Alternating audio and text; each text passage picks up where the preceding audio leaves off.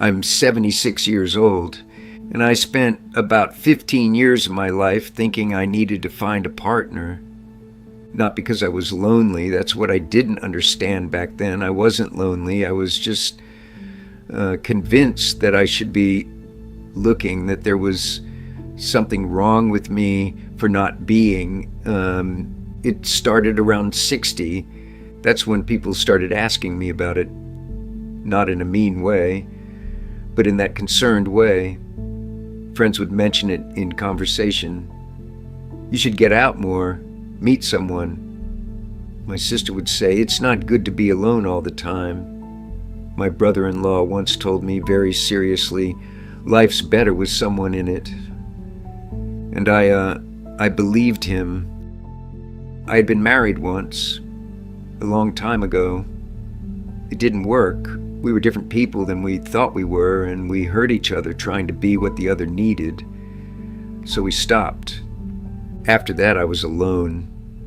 And I was fine. I had a life, I had routines, I had things I liked to do. But somewhere in my 50s and 60s, I started seeing my solitude differently. My quiet mornings became lonely instead of restful. My routines became empty instead of chosen. I didn't decide this myself. I was told over and over in the way people looked at me when I said I lived alone, in the way they asked, but don't you get lonely? Like it was inevitable, like solitude was something you endured, not something you could actually want. And I realized something during those years.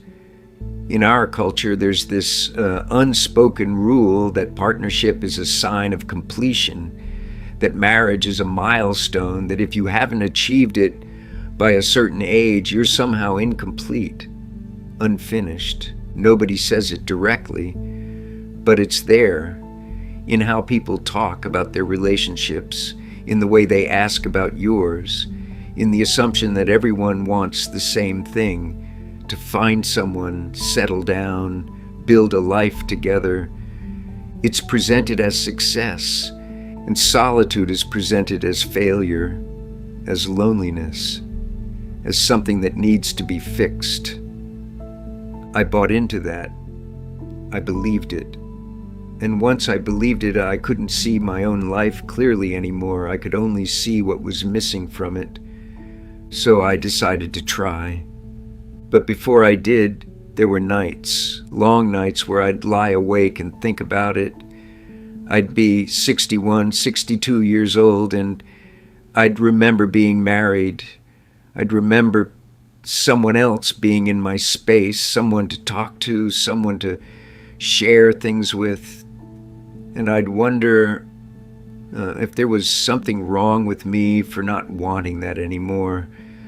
I'd go to dinner with friends, couples mostly, and I'd watch them, the way they'd sit together, the way they'd finish each other's sentences or look across the table and just understand something. And I'd feel it then, the kind of pressure, not from them, but from inside me, like maybe I was missing something essential, like maybe the solitude I thought I was happy in was actually just acceptance of loneliness.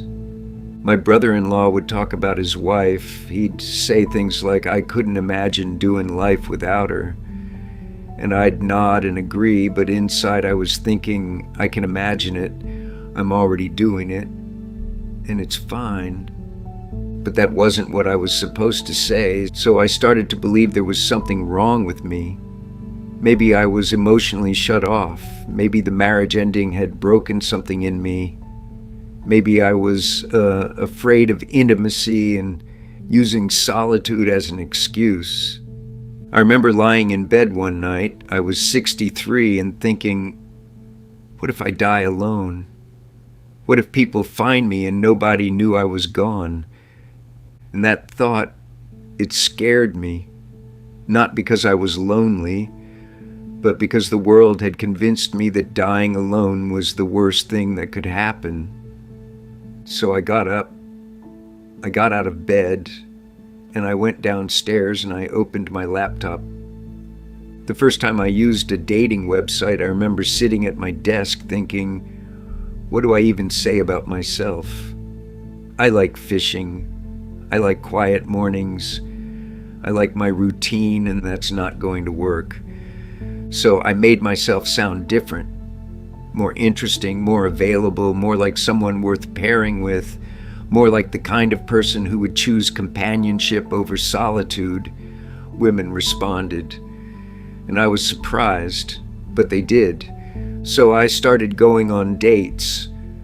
The first few were strange. I'd meet a woman at a coffee shop and sit across from her, and I'd realize very quickly that we were both performing, trying to seem more interesting than we were, wondering if this was worth continuing. One woman talked about traveling to Europe. She had plans, all these places she wanted to see, and I listened and thought, I don't want that. I like my life here. But I didn't say that. I said, that sounds nice. Another woman was named Linda. She was genuinely kind, not performing it, just kind. She had a laugh that came from somewhere real. She asked questions and actually listened to the answers. And we saw each other for a few months, and I thought, maybe this is it. Maybe this is what everyone was talking about. Maybe this is the thing that will make my life make sense. But there was a moment before I really committed to trying with her. A wedding. My cousin's wedding. And I went alone. I remember being at the reception, sitting at a table with couples, and at some point, the woman next to me turned and asked, so who are you here with? And I said, just myself. And she smiled. But it was the kind of smile that meant, oh, poor guy, he came alone. Something shifted in me then. I felt it very clearly, a kind of shame, not because there was anything wrong with being alone, but because she saw something wrong with it. Her question and the pity in her smile cemented something I was already starting to believe. That solitude at my age was not a choice. It was a failure. So when Linda came along, I tried harder than I probably should have. It was with Linda that everything shifted.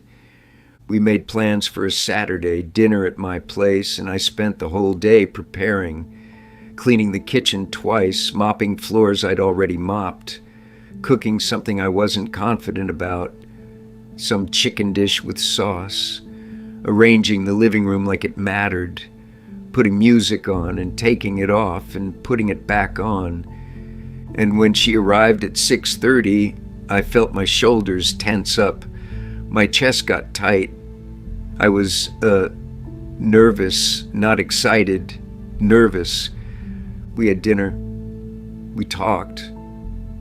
It was nice. She complimented the food. She asked about my day. She was present. She was trying.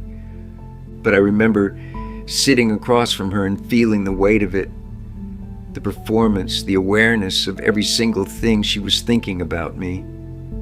Was I interesting enough? Was I engaged? Was I worthy of her time? And then later, after we finished eating, she went to the window and looked out at the porch. And she said, this is nice, having someone to share it with. And I felt something crack inside me because I didn't want to share it. I wanted her to leave so I could sit alone on that porch and read, so I could think about nothing, so I could just be. The solitude that I'd convinced myself was loneliness suddenly felt like the only thing I actually wanted. And the realization, it scared me. Linda started talking about the future over the next few weeks, moving in together. What it could look like. She'd say things like, imagine waking up together, and I'd imagine it. And the imagining made me feel trapped. One evening we were lying in bed, my bed in my house that had suddenly stopped feeling like mine, and she was talking about maybe getting a place together, somewhere new, fresh start, and the panic hit me. real panic. My chest got tight. I couldn't breathe. I had to get out of bed and go to the bathroom. I looked at myself in the mirror and I thought, what is wrong with you? Because part of me believed there was something deeply wrong, that a normal person would want this, that a healthy person would be excited about a future with someone kind, but I wasn't normal, or I was broken. I spent about a week thinking I was emotionally damaged, that the marriage ending had scarred me, that solitude was just my defense mechanism. I thought about calling a therapist, seriously thought about it. But then one morning I woke up alone in my house. Linda wasn't there, and the quiet came back. The solitude, the morning light on the walls, the coffee brewing, the newspaper I hadn't read yet. And I realized something. I wasn't broken, I wasn't afraid, I wasn't running from intimacy. I was just honest about what I actually wanted. And what I actually wanted was to be alone. We stopped seeing each other. She was hurt. I remember that conversation. We were sitting in her car in my driveway, and I told her the truth, that I didn't think this was going to work, that I wasn't the person she needed, that I didn't want the future she was imagining. And she cried. And I felt terrible because it was my fault. I'd spent months trying to want something I didn't want, and that was unfair to her. But after that conversation, something else happened. My sister called. She was disappointed. She said, "You're not even trying. You sabotage every relationship because you're afraid." My brother-in-law made a comment at a family dinner about how commitment scared some men. Friends would ask, "What happened with that nice woman? Why'd you let her go?" And I felt ashamed, not because I'd done anything wrong, but because I couldn't explain it without sounding cold, without sounding broken. So I just let them think I was emotionally stunted. It was easier than saying the truth, because that's what I realized then. Fear of judgment is worse than solitude. Fear of what people think about your choices is actually worse than the solitude itself. After that, there were other women, some nice, some not. But it was always the same pattern: initial interest, slow discomfort, then the realization that I didn't actually want this. Eventually, I stopped trying. I'm 76 now. I've been alone for 3 years. This morning I woke up early. It was raining. The kind of rain that's just heavy enough to hear on the roof, but not loud. I made coffee and sat on the porch in my rocking chair with a blanket across my legs. The world was quiet. Everything was gray, the sky, the trees, the driveway. And I sat there for an hour, maybe more. I wasn't thinking about anything particular. I was just there. I watched the rain hit the porch railing. I listened to it. I felt the cold air and the warmth of the coffee in my hands. And I thought about Linda. I thought about all of them. And I didn't feel sad about it. I just acknowledged it. This is what I chose, this quiet, this solitude. This morning on a porch in the rain, and it was enough. I go to a cafe sometimes. There's one about 15 minutes from my house. It's always quiet in the mornings. I sit by the window and I read. Or sometimes I just watch people. I watch couples come in. I watch them order. I watch the way they sit together. Some of them seem happy. Some seem obligated. None of it feels like something I'm missing. I go fishing twice a week. There's a lake about 20 minutes from my house. I sit there with my rod and I don't catch much.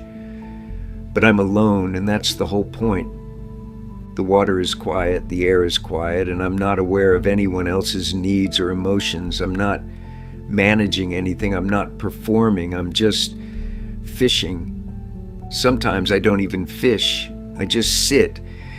Here's what I finally understood. I spent 15 years thinking I was broken because I didn't want a partner.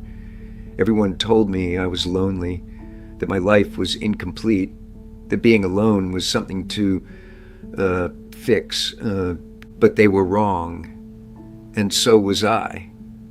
I wasn't lonely, I wasn't emotionally damaged, I wasn't afraid of intimacy. I was just listening to other people's fear that solitude was dangerous, and I believed them. And there's a difference between dying alone and living alone. I think that's what I was really afraid of, not living alone, but dying alone, and nobody knowing, nobody caring, the finality of it. But I've realized something in these 3 years, living a peaceful life, a life where you wake up content, where you're not forcing yourself to be someone you're not, where you actually enjoy your days. That's not a prelude to a lonely death. That's a full life. The fear of dying alone is something people use to shame you into pairing up. But dying after living peacefully is not the same as dying alone. I've lived alone for 3 years, and I'm not dying. I'm living. Think about that woman who wanted to travel to Europe. I hope she found someone to take that trip with, because that's what would make her happy. And I'm grateful I didn't pretend to want it with her. That would have been a lie to both of us. I think about Linda. I hope she's with someone who actually wants the future she was imagining. That wasn't me, but it could be someone else. And she deserves that. What I want to say is this. I wake up and make coffee and sit on my porch. I don't have to think about anyone else's needs. I don't have to manage their emotions. I don't have to be anything other than what I am. That's peace. I'm 76 years old. What I needed wasn't someone else. What I needed was to trust that my life was already whole, that peace and independence weren't second best, that wanting to be alone wasn't a deficiency. I was already enough. It took me 15 years of trying to be someone else to finally understand that. And now that I do believe it, everything is quieter. Everything is easier. The weight I didn't know I was carrying, that weight of trying to be someone I'm not, is gone. I'm home.